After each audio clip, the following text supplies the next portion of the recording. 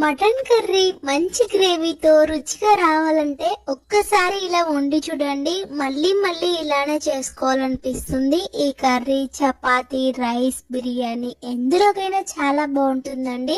Clean చేసి పెట్టుకున్న mutton లోకి అల్లం వెల్లుల్లి పేస్ట్, పసుపు, ధనియాల పొడి, సాల్ట్, కారం, పెరుగు, కొంచెం ఆయిల్ వేసుకొని బాగా కలుపుకోవాలండి. ఇలా కలిపి ఒక హాఫ్ అన్ అవర్ పక్కన పెట్టుకోవాలి. నేను క్లియర్ గా వీడియో పైన క్వాంటిటీస్ అనేవి ఎంత వేయాలి అనేసి మెన్షన్ చేశానండి. ఇలా బాగా కలుపుకొని పక్కన పెట్టుకొని మిక్సీ జార్ లోకి గసగసాలు, చెక్క, లవంగం, ఎలాచి, కస్తూరి మెతి, కొన్ని వాటర్ ని వేసుకొని మెత్తగా గ్రైండ్ చేసుకున్న తర్వాత 2 పండు టమాటాలు, అలానే హాఫ్ కప్ వరకు ఫ్రైడ్ ఆనియన్స్, కొన్ని వాటర్ ని వేసుకొని మెత్తగా గ్రైండ్ చేసుకొని పక్కన పెట్టుకోండి. ఇప్పుడు స్టవ్ పైన గిన్నెను పెట్టుకొని ఆయిల్ వేసుకొని ఆనియన్స్, పచ్చిమిర్చి వేసుకొని వేగిన తర్వాత ముందు కలిపి పెట్టుకున్న మటన్ కూడా వేసుకొని బాగా కలుపుకోవాలి. ఇలా ఒక్క 15 నిమిషాలు ఉడికిన తర్వాత వాటర్ రిలీజ్ అవుతాయండి. ఈ స్టేజ్ లో ముందు గ్రైండ్ చేసుకున్న మసాలా పేస్ట్ కూడా వేసుకొని మళ్ళీ బాగా కలుపుకొని ఇందులోకి కొత్తిమీర, పుదీనా,